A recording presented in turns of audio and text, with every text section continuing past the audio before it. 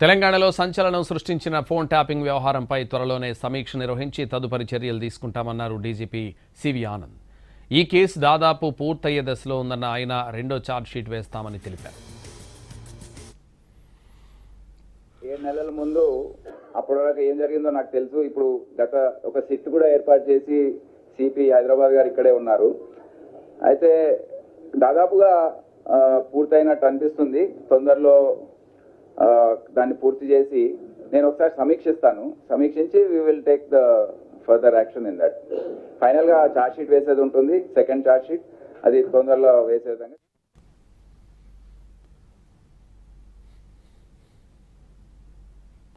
పోకుండా బయట ఉన్న మావోయిస్టు నేతలు జనజీవన స్రవంతిలోకి రావాలని పిలుపునిచ్చారు డీజీపీ సివి ఆనంద్.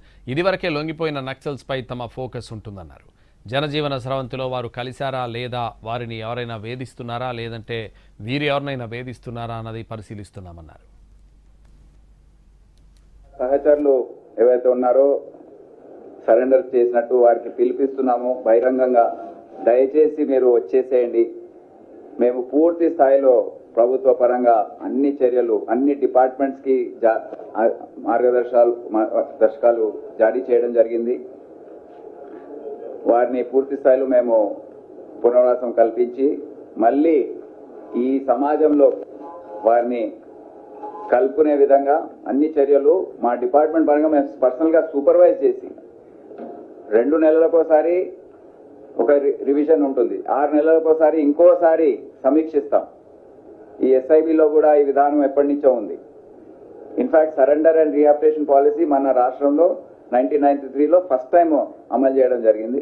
దాని తర్వాత ఇప్పుడు పూర్తి స్థాయిలో ఎవరైతే వచ్చారో వారందరూ కూడా ఏ విధంగా వాళ్ళు వారిని బ్రతుకుతున్నారు, వారి జీవనాధారం ఏంటి, జనజీవన స్రవంతిలో కలిసారా లేదా, ఆ గ్రామాల్లో ఎక్కడైతే ఉంటున్నారో వారిని ఎవరైనా వేధిస్తున్నారా, లేకపోతే వీరు వేరే వారిని వేధిస్తున్నారా అనేది అన్ని కూడా మేము పరిశీలిస్తున్నాం. ఎస్ఐబి పరంగా వీరిపైన పూర్తి స్థాయిలో దృష్టి ఉంది.